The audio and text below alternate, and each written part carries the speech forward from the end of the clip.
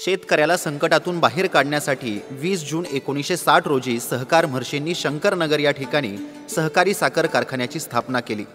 पुढील अल्पावधीतच बाळदादांच्या अनेक धाडसी आणि धडाडीच्या निर्णयाने कारखान्याला संपूर्ण महाराष्ट्रात मान मिळवून दिला। दादांच्या मार्गदर्शनातून वीज निर्मिती प्रकल्पातून 4 कोटीपेक्षा जास्त युनिट वीज निर्माण करण्यात आली। डिस्लरीच्या माध्यमातून लाखो लिटर ॲसिटिक ॲसिड इथेनॉलचे उत्पादन देखील केले गेले। कारखान्याची विस्तारवाढ क्षमता असेल, पेट्रोल पंप विस्तारीकरणाचा प्रकल्प असेल, अशा अनेक विकासभिमुख प्रगतीचे निर्णय घेताना त्यांच्यातील दूरदृष्टीचे अभ्यासू व पारदर्शक नेतृत्वाची ओळख आपल्याला होते।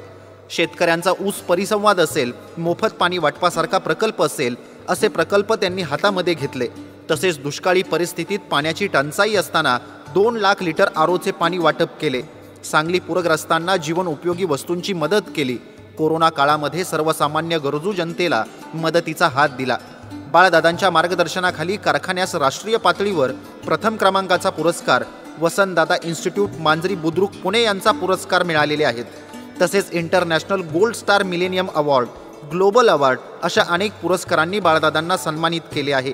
महाराष्ट्रातील जास्त गाळप क्षमता असलेला आणि शेतकऱ्यांच्या ऊसाला सर्वाधिक दर देणारा कारखाना म्हणून या साखर कारखान्याची अग्रगण्य कारखान्यांमध्ये ओळख आहे।